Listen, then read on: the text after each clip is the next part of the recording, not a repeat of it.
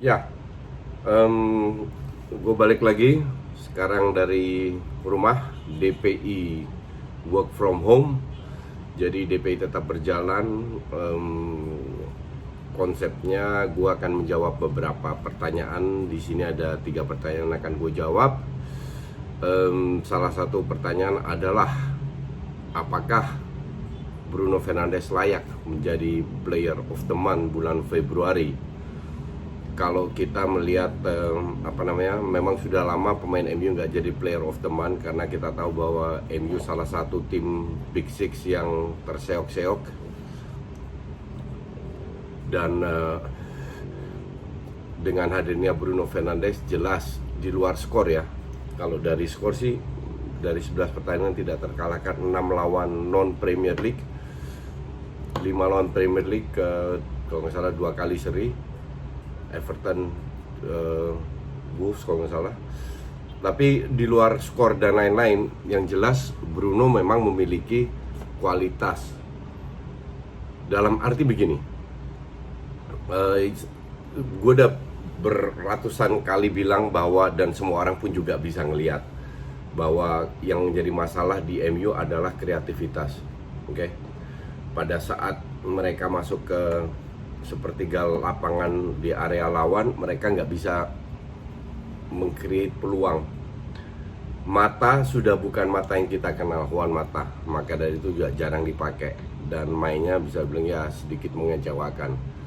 Oleh mencoba semua pemain, Lingard lah, Pereira berulang-ulang kali, McTominay yang bermain cukup bagus, tapi dia pun juga bukan seorang playmaker. Pogba-nya cedera, dan dia bercoba seperti Liverpool bermain tanpa playmaker dengan Williams di sayap, Rashford waktu belum cedera, Martial nggak berjalan lah. Sampai ini pemain datang, padahal ini bukan pemain bintang. Ini pemain bintang tapi jelas dia punya kreativitas. Oke? Dia masuk di sebuah tim yang kehilangan kreativitas, maka dari itu seolah-olah kelihatannya hebat banget. Enggak, kalau gue bilang tidak. Tapi bahwa dia punya nilai tambah, iya. Nah, dia memiliki segalanya untuk bisa berkembang, untuk bisa menjadi hebat lagi, kalau didukung oleh teman-temannya. Dan teman-temannya sekarang masih, kalau gue bilang masih belum mendukung, karena seringkali dia ke kiri, ke kanan, ambil bola dan lain-lain. Masih terlalu banyak set play, terlalu sedikit set play, terlalu sedikit kombinasi untuk bisa membuat dia bermain lebih optimal lagi. Dia nggak perlu shooting dari lini kedua yang sering dia lakukan, tapi bisa lewat kombinasi masuk ke area kiper, dan itu masih terlalu jarang. Dia lebih sering melakukan shooting dari lini kedua karena belum ada tandemnya yang paham. Tapi that's okay, ini masalah waktu aja. Oke. Di sisi lain, kalau seandainya Pogba datang, apakah bisa? Nah, ini masih jadi tanda tanya ya. Jadi kalau gue bilang pada saat ini, kontribusi dia terhadap MU ya bagus banget. Sampai percaya diri pemain tim ini 11 match belum terkalahkan itu meningkat. Walaupun lawan tim-tim cere kayak LASK, lawan Tranmere Rovers dan lain-lain, tapi percaya diri pemain itu sudah meningkat lawan Brugge. Dan itu yang diinginkan terlebih dahulu oleh seorang pelatih. Cuman untuk gue masih tanda tanya besar, apakah dengan hadirnya Pogba atau tidak, siapa yang diganti. Gue nggak yakin Pogba akan dicadangkan terus, atau hanya bermain dengan 1 DM, mengorbankan McTominay. Lu kehilangan seorang pekerja di tengah. Dari ini masih menjadi tanda tanya besar apa yang dilakukan oleh, justru nanti kalau piala-piala Ciki itu udah selesai di Premier League, kalau sana dimulai lagi, dia akan bertemu dengan tim yang agak kecil. Di situ biasanya MU kesulitan, dan di situ butuh seorang playmaker, seorang yang punya kreativitas. Di situ akan kelihatan. Dan ini belum terbukti. Untuk gue pun jujur masih tanda tanya. Oke. Tapi secara overall ya, dia layak menjadi pemain player of the month. Halo pandit online ataupun jebreters. Jadi di tanggal 2 minggu ini kita akan menjawab beberapa pertanyaan yang masuk. Dan hari ini gue udah dikasih 3 pertanyaan. Pertanyaan pertama dari Jebreters adalah terkait Bruno Fernandes. Nah ini jagoan gue nih. Bruno Fernandes dinobatkan sebagai Player of the Month bulan Februari. Layak apa enggak? Menurut gue sangat layak. Mekanismenya Player of the Month itu kan dipilih dari online public vote, ditambah penilaian dari panel experts, dan juga penilaian dari kapten-kapten klub Premier League. Artinya secara mekanismenya cukup fair. Dan kalau kita ngelihat si Bruno Fernandes ini, impact-nya ketika dia datang buat MU sangat besar. Oke, di laga debutnya lawan Wolverhampton nggak nyetak gol ataupun assist, tapi permainannya udah sangat kelihatan, sangat menonjol. Pemain-pemain MU yang lain pun jadi ikut termotivasi, semangat berjuangnya bertambah. Dan setelah lawan Wolverhampton, langsung 4 pertandingan dia bisa mencetak 2 gol dan 3 assist. Atau kalau di bulan Februari aja dia nyetak 1 gol dan 2 assist. Impact-nya sangat besar di bulan Februari maupun di bulan Maret juga. Dan kalau dibandingin sama nominator lainnya, Marcos Alonso, Aubameyang, Dominic Calvert-Lewin, gue manggilnya Calvin Harris karena agak susah nyebutin Calvert-Lewin. Marcos Alonso nyetak 3 gol seingat gue ya buat Chelsea di bulan Februari. Tapi dia memang sudah sering melakukan itu buat Chelsea. Untuk ukuran fullback emang hebat. Tapi dia memang fullback yang cukup produktif buat Chelsea dalam beberapa tahun terakhir. Sementara Aubameyang memang menjadi striker andalan Arsenal maksud gue. Menjadi striker andalan Arsenal, mencetak 3 gol. Kalau nggak salah ya, bulan Februari 3 gol juga. Tapi dia memang menjadi andalan Arsenal. Dan mencetak gol buat Aubameyang sebenarnya bukan hal yang biasa dibandingkan Bruno Fernandes yang baru bergabung, barang baru nih, orang masih pengen lihat permainannya kayak apa, baru gabung ke MU, nyetak 1 gol dan juga 2 assist. Dan MU sekarang juga nggak terkalahkan, atau bahkan impact-nya udah langsung kelihatan, semangat berjuang teman-temannya. Dia ada punya jiwa leadership, disama-samain sama Roy Keane, sama Eric Cantona, ada Paul Scholes juga. Nah terus ada yang nanya juga nih, ada yang bilang Bruno itu semacam mood booster buat MU dan nyamain kedatangan Ibra beberapa tahun lalu. Menurut lo beda apa enggak sih? Kalau mood booster sebenarnya ya bisa jadi iya, karena suntikan tenaga baru atau mungkin puzzle yang dibutuhkan MU sebenarnya sejak musim panas. Kita udah tahu kan sebenarnya tarik ulur transfer MU sama Bruno Fernandes ini udah lama, dari musim panas kemarin. Bahkan isunya Bruno Fernandes nyaris nyebrang ke Tottenham, tapi akhirnya nggak jadi karena dia nggak mau ngerugiin Sportingnya. Artinya dia mau dijual dengan harga yang proper, dengan Sportingnya juga puas ketika mendapatkan uang dari hasil penjualannya dia. Tapi kan ini akhirnya baru terjadi di bulan Januari kemarin. Dan ya selama ini berarti benar apa yang diincar MU, yaitu Bruno Fernandes memang sebenarnya sudah tepat sejak summer kemarin, musim panas lalu. Tapi kan akhirnya baru bisa dapat bulan Januari ini. Nah kalau kita ngomongin mood booster, iya, karena sebelum Bruno Fernandes datang kan hasil MU di Liga itu diwarnai dengan kekalahan lawan Liverpool dan juga Burnley itu berturut-turut, ya kan? Artinya MU butuh suntikan mood booster, butuh tambahan pemain karena Rashford cedera, Pogba juga cedera, dan musim ini kita tahu pemain-pemain MU banyak yang dilepas, Lukaku, Ander Herrera, terus kita ingat juga ada Alexis Sanchez walaupun nggak begitu ngaruh, tapi ada Ashley Young juga kaptennya dibuang ke Inter. Artinya secara kekuatan MU, secara kedalaman skuadnya kurang, dan memang dia sudah mengincar pemain yang kreatif untuk mengalirkan bola dan juga memberikan gol dari lini kedua yang selama ini mungkin kita sudah rindukan lah sebagai fans MU. Artinya kalau sekedar mood booster awal doang, kita will never know. Tapi sejauh ini kita udah lihat nih, bukan cuma bulan Februari, bahkan udah 9 pertandingan total semua kompetisi, Bruno Fernandes dicetak 3 gol dan 4 assist. Sejak kedatangannya dia, MU berubah total, nggak cuman dari sisi hasil, tapi juga dari etos kerjanya kelihatan banget, semangat tempurnya. Martial yang dulunya males-malesan untuk ngejar, sekarang ikutan ngejar ke depan, bahkan juga kalau ikut mundur ngebantuin back kirinya Luke Shaw ataupun Brandon Williams. Artinya kalau sekedar mood booster doang sih enggak sih, karena kalau Ibra dulu kan dia punya skill iya, punya karisma iya, punya pengalaman iya, dan juga punya aura ataupun juga lumayan talkative. Dia lumayan outspoken untuk ngasih tahu rekan-rekannya. Nah ini Bruno kita juga bisa lihat di lapangan, dia cukup berani untuk pemain baru atau anak debutan baru di MU, berani nyuruh-nyuruh temennya atau berani ngatur sana sini untuk ayo ikut mundur, ayo ikut maju. Artinya impact dia sangat besar buat gua. Dan ini menarik untuk dilihat kelanjutannya kayak apa ya. Terus musim depan prediksi Anda Bruno seperti apa? Nah ini yang masih dibikin penasaran sama semua pecinta sepak bola maupun haters MU maupun fans MU adalah ketika Pogba datang akan seperti apa, karena kombinasi si Bruno Fernandes dengan Matic dengan Fred ataupun dengan McTominay sudah sangat bagus banget. Nah banyak yang mengkhawatirkan atau banyak yang meragukan ketika Pogba datang ini akan menjadi merusak harmonisasi dari lini tengah yang sudah bagus seperti sekarang ini. Tapi menurut gua ya inilah yang tunggu, karena sebenarnya secara kualitas dua-duanya Pogba maupun Bruno sama-sama punya kualitas yang ya kita tahu lah punya skill yang di atas rata-rata.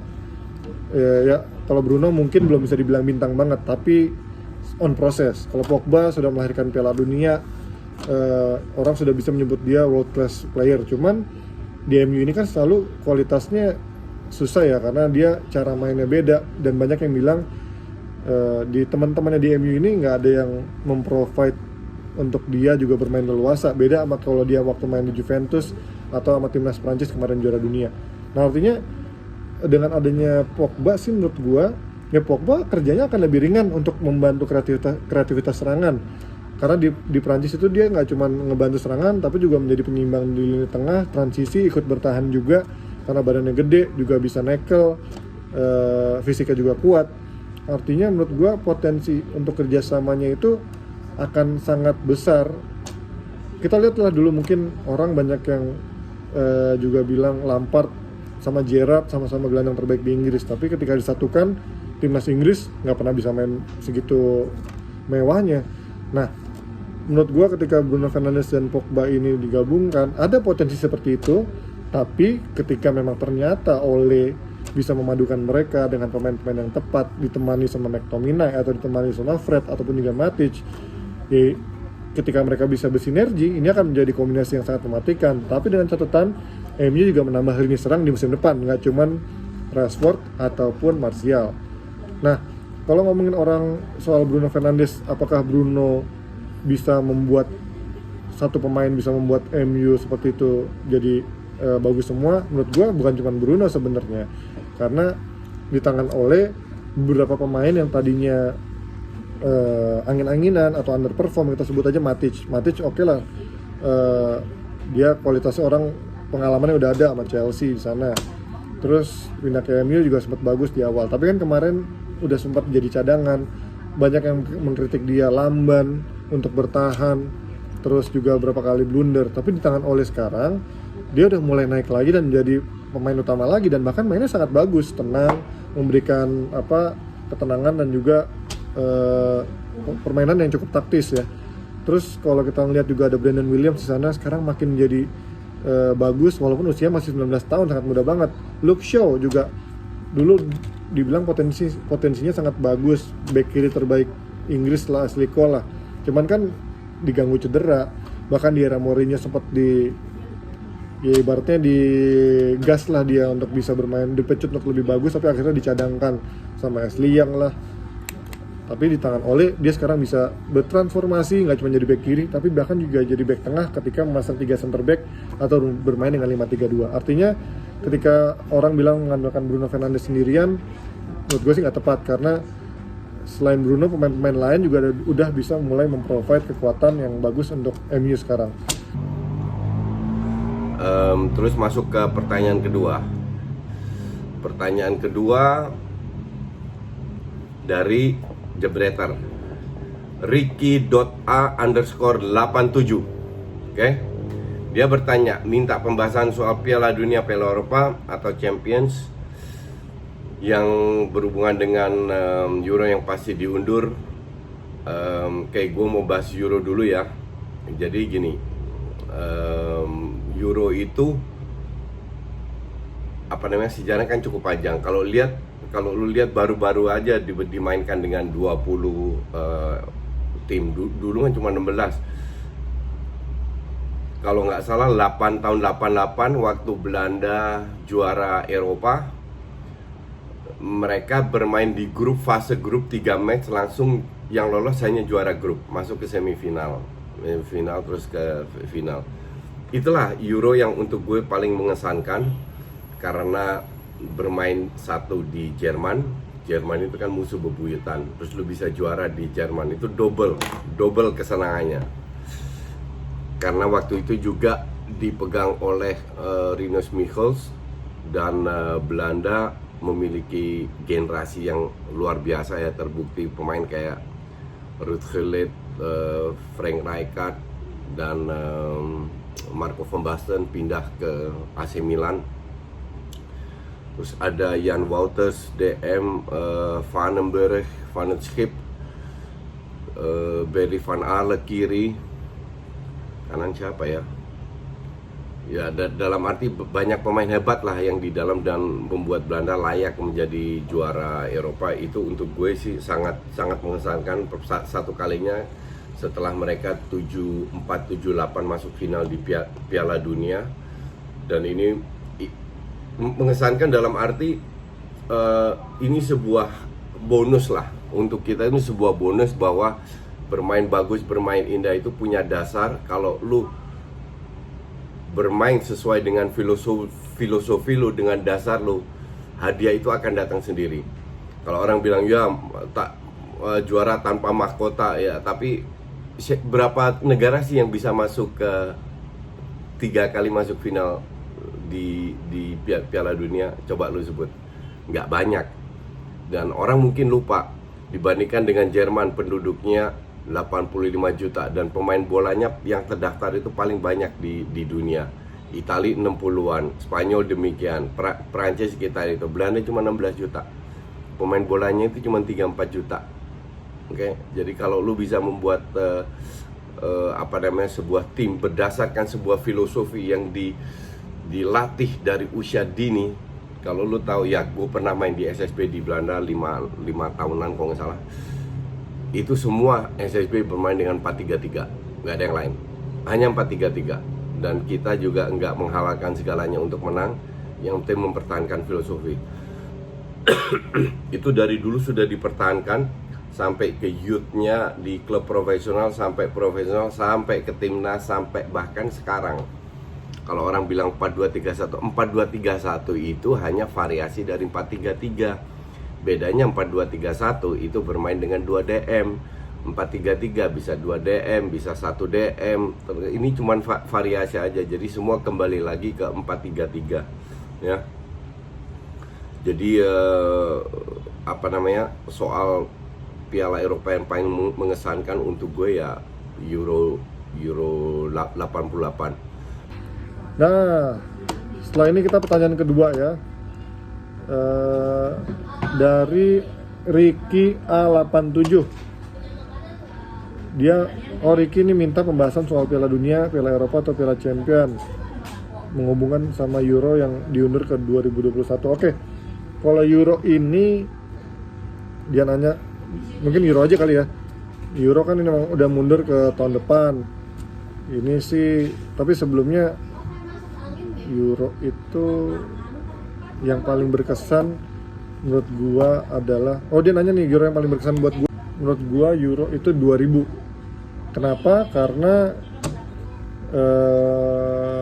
gua waktu itu baru mulai, dulu karena gua penggemar MU, Beckham, dan para pemain MU lainnya kayak ada Scholes di sana, ada Gary Neville di sana. Gua dulu otomatis lumayan suka Inggris, tapi sebenarnya timnas favorit gua dari tahun 98, gue baru mulai suka bola tuh 97.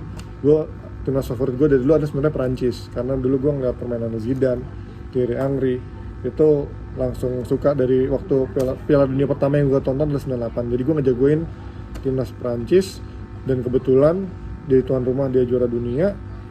Terus berlanjut ke 2000, gue ingat banget di final lawan Italia itu benar-benar dramatis, cetak golden goal dari David Trezeguet, yang akhirnya David Trezeguet habis itu dibeli sama Juventus. Tapi menurut gue final ini adalah paling berkesan karena Prancis nggak cuma mengawinkan hegemoninya dari Piala Dunia ke Piala Eropa, tapi dia ganti pelatih loh. dari MJK jadi Roger Lemire seingat gue waktu itu kan, tapi dia masih tetap bisa juara lawan Italia yang juga lagi keren-kerennya waktu itu, ada dengan baju combatnya yang sangat ketat kalau lo masih inget. Di sana ada Del Piero, ada Totti, di sana lagi jago-jagonya, terus ada Montella, Maldini masih ada juga, terus masih ada Nesta, Cannavaro, wah kipernya juga masih siapa gitu, oh Buffon cedera diganti Toldo, yang ingat gue di laga final diganti Toldo, tapi Toldo gagal mengatasi gol penyamanya dari Sylvain Wiltord. Oh iya, Sylvain Wiltord kan kita ingat Italia cetak gol duluan lewat Marco Del Vecchio, terus tiba-tiba di penghujung pertandingan Sylvain Wiltord ngegolin kan, tapi dramatis banget di golden goal itu David Trezeguet, itu benar-benar gokil sih. Gue langsung loncat-loncat nontonin itu, dan sejak itu udah gue fix jadi penggemarnya timnas Prancis, walaupun di 2002 Piala Dunia berantakan, 2004 juga pas-pasan, 2006 yang Piala Dunia keren lagi di era Zidane terakhir, dan akhirnya kemarin juara dunia. Itu kalau dari sisi Euro, dan pertandingan paling berkesan buat gue ya itu. Terus juga, oh ya, nih ada yang nanya soal penundaan Euro ini gimana. Ya penundaan ini sebenarnya ya bagus gitu, karena kalau di cancel sama sekali kan nggak mungkin, karena pasti ada cost yang dikeluarkan udah banyak.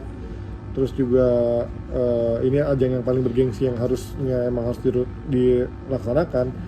Nah kalau ini setahun adalah waktu yang tepat, karena kan pasti liganya belum tahu nih akan mundur berapa lama dengan kasus corona ini. Artinya tahun depan itu adalah waktu yang paling tepat.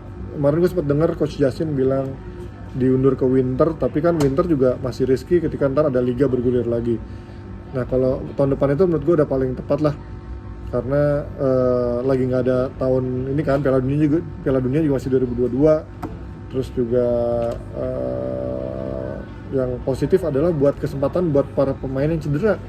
Kita tahu Nicolo Zaniolo, terus juga Harry Kane kan juga kejar-kejaran nih sebenarnya kalau di musim panas ini, Ousmane Dembele.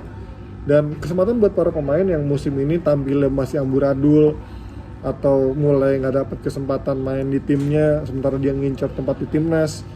Nah tahun depan jadi kesempatan mereka untuk bisa, kalau yang jadi cadangan di klubnya, cari klub lain buat jadi pemain starter, atau kalau yang habis cedera juga bisa bermain reguler buat timnya. Itu sih sisi positifnya, dan pastinya biarkanlah semua situasi kondusif dulu, corona ini hilang dulu dari muka bumi ini, baru bisa menjalankan turnamen yang memang bergengsi ini, daripada dipaksakan. Tahun depan adalah tahun yang tepat menurut gue. Terus sekarang bahas kenapa, apa efeknya Euro ditunda. Sebenarnya ada plus minus. Tujuannya kan adalah memberi klub kesempatan untuk menyelesaikan liga. Oke. Tapi ini akan di atas kertas. Gue tidak yakin dalam 2-3 minggu itu virus selesai. Untuk gue ini akan lebih lama. But that's okay. At least UEFA punya niat baik. Itu yang mereka tunjukkan. Ya. Kalau seandainya lebih lama, untuk gue ya kita nggak tahu, sangat mungkin ini liga dibubarkan. Kenapa? Untuk memulai musim baru dengan catatan tahun depan Euro 2021, artinya bulan Mei mereka harus selesai. Jadi liga tidak akan lebih lambat dari Agustus, pertengahan Agustus. Artinya semua pemain setelah liga selesai wajib diberikan liburan selama 3 hari. Nah, 3 minggu, bukan 3 hari, 3 hari lagi. 3 minggu, dan setelah itu klub persiapan biasanya sekitar 1,5 bulan. Jadi nggak mungkin lu mainnya di bulan Juni Juli untuk menyelesaikan liga. Nggak terlalu mepet. Ujung-ujungnya kalau Mei belum selesai, ini liga akan diberhentikan menurut gue. Tapi kita lihat selanjutnya gimana ya, kira-kira itu. Dan salah satu plus point terutama untuk Belanda, ada 3 striker yang cedera, Bergwijn, Memphis Depay, dan Doyen Malen. Nah, 3 ini semoga bisa sembuh lagi. Jadi untuk Belanda ini ada plus point kalau Euro diundur. Oke? Pertanyaan ketiga, soal Mourinho habis harapan mengurus miskin taktik soal passion dia di Spurs kok nggak melihat. Oke. Mourinho untuk gue sih udah selesai ya. Jadi kalau dia mengatakan kita kekurangan pemain, banyak pemain cedera, bla bla bla bla, jangan lupa Arsenal itu setiap tahun 10 sampai 15 pemain cedera. Dulu zamannya Wenger nggak ada yang komplain, tapi zaman Wenger hampir selalu masuk Champions League. Akhir-akhirnya aja nggak. Oke. Jadi kalau untuk gue sih itu bukan alasan. Kembali lagi ke filosofi yang gue selalu katakan, bahwa pelatih hebat itu menerapkan strategi sesuai dengan kapasitasnya pemain yang dia miliki. Kalau lu tidak punya real striker, then play tanpa real striker. Lihat City, Aguero itu bukan real striker, Gapsus juga bukan real striker. Jadi bisa-bisa aja. Cuman Mourinho ini selalu cari alasan kalau dia tidak memiliki pemain bagus. Ini justru uji coba bermain melatih di Spurs, uji coba untuk dia apakah dia pelatih hebat atau tidak. Apakah gue yang benar, gue selalu bertahun-tahun bilang dia miskin taktik, atau dia pelatih hebat atau tidak. Dan so far gue yang benar, so far. Kita lihat ke depan, ntar kalau dia di musim baru dapat pemain baru, lihat bisa nggak dia bermain sesuai yang diinginkan. Kalau Son balik, kalau Kane balik, oke.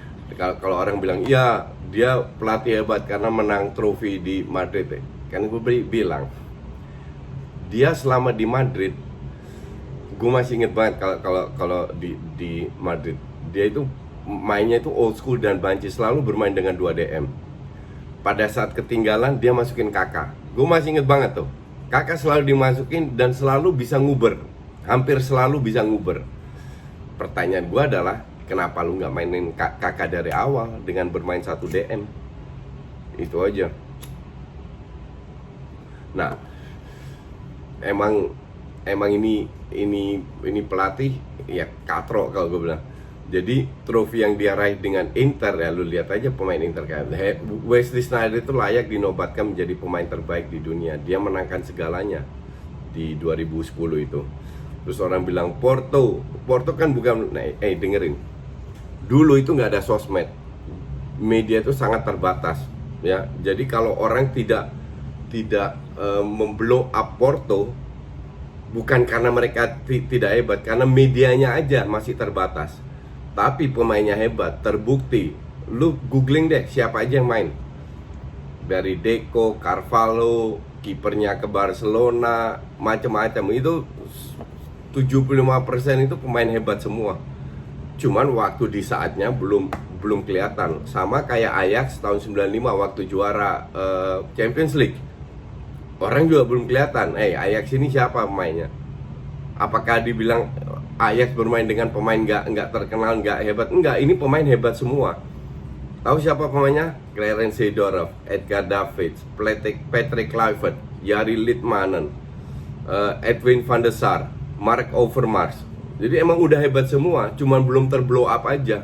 Nah di Porto kasusnya sama. Jadi dia selalu bermain dengan pemain-pemain hebat, makanya dia bisa meraih trofi. Tapi di Madrid untuk gue gagal, maka dari itu dia dipecat, nggak diperpanjang, dan Madrid nggak mau dia kembali lagi. Chelsea aja bego, ambil dia 2 kali dan 2 kali dipecat pula.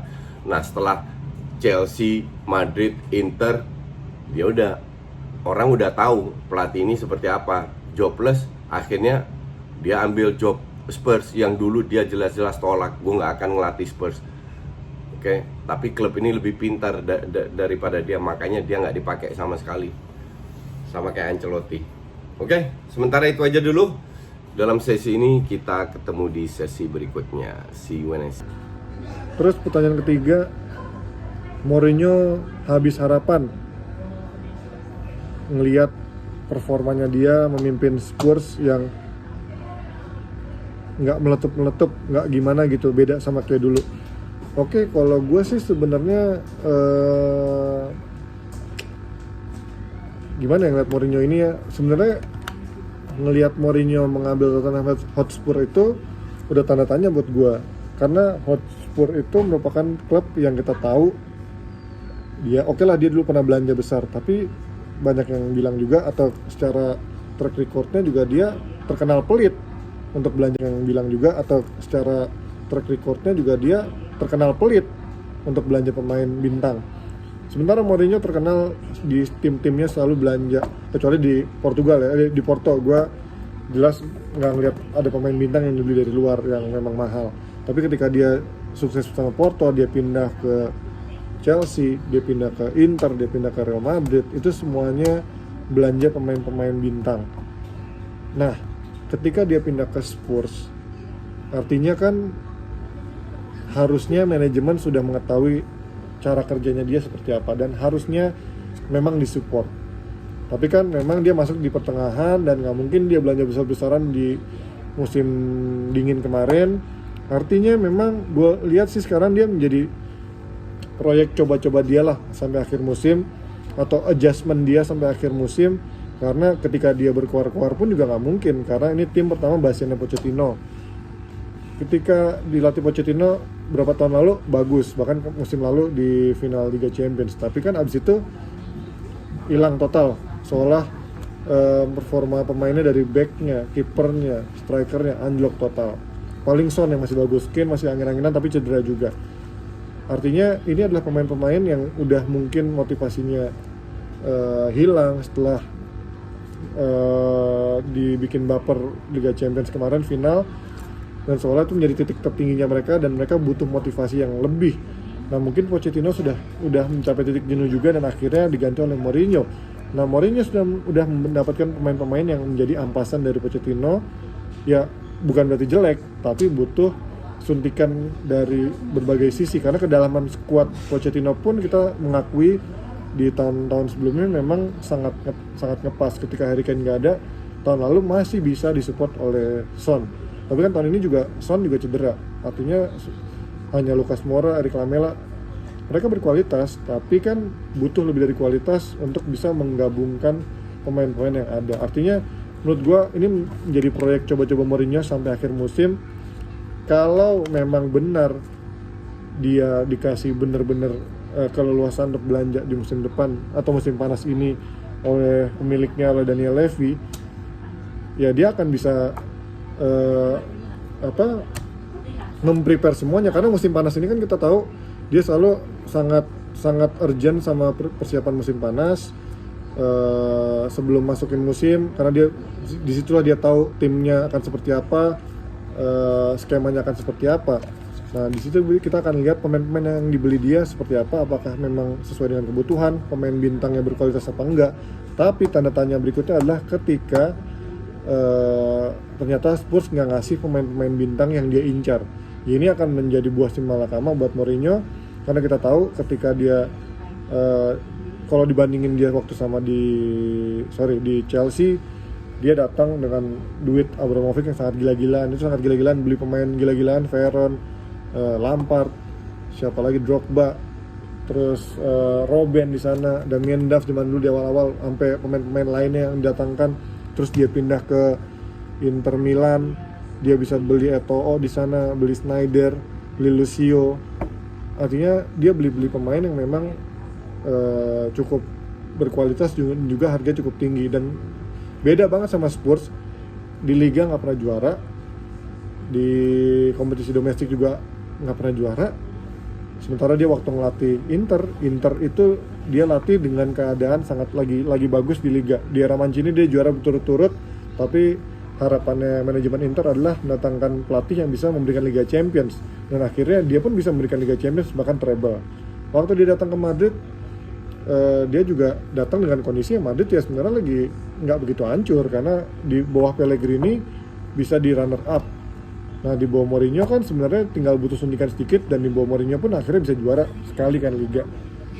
Terus di MU pun ya MU emang lagi hancur, tapi kan dia juga bisa sempat membawa MU ke runner up yang mungkin di era Louis van Gaal sama David Moyes nggak bisa. Dia bisa membawa ke juara Europa League, walaupun beberapa orang bilang Europa League nggak penting, tapi ya lo harus move on, karena jangan bandingin sama eranya Fergie, karena sekarang kita lihat main MU banyak yang muda, butuh dibimbing lebih lanjut, butuh suntikan pemain berkualitas yang lebih lanjut, dan juga pelatih yang tepat menurut gue. Nah, Mourinho ini akan seperti itu nantinya menurut gue, karena dia sejauh ini selalu impact yang nantinya kurang enak buat timnya, karena dulu kita tahu Inter ditinggalkan hancur, Real Madrid juga sempat hancur dulu, MU juga kemarin ditinggalin dia hancur. Tapi kalau memang dia dikasih source atau dana yang cukup sama Levy, gue yakin di bawah dia minimal Spurs bisa dapat lah piala-piala ciki yang selama ini juga nggak pernah bisa didapetin sama Spurs di pelatih-pelatih sebelumnya. Oke, itu dia jawaban dari gue untuk beberapa pertanyaan dari para pandol. Sekian, see you, bye-bye.